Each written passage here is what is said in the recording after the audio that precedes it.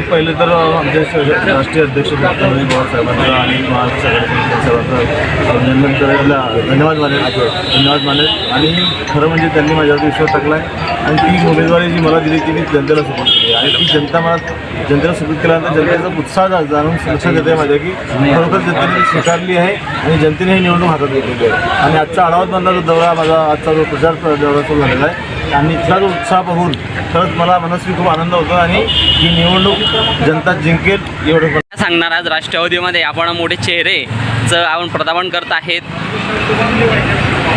आम्ही तुतारी वाजवणारच, कारण 10 वर्ष यांनी काहीच काम केलेलं आढावतमध्ये नाही आहे.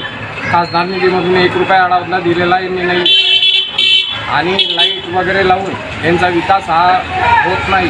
त्याच्यामुळे आम्ही तुतारी वाजवणारच यांचा.